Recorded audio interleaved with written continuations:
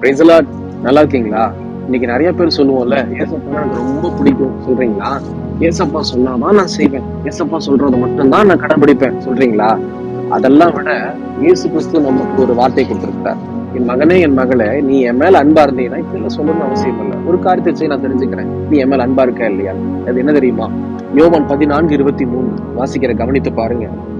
இயேசு அவனுக்கு பிரதியுத்தரமாக, ஒருவன் என்னில் அன்பாயிருந்தால் அவன் என் வசனத்தை கைக்கொள்ளுவான், அவனில் என் பிதா அன்பாயிருப்பார், நாங்கள் அவனிடத்தில் வந்து அவனோட வாசம் பண்ணுவோம். சிம்பிளா ஆண்டவர் சொல்லி முடிச்சிட்டாரு.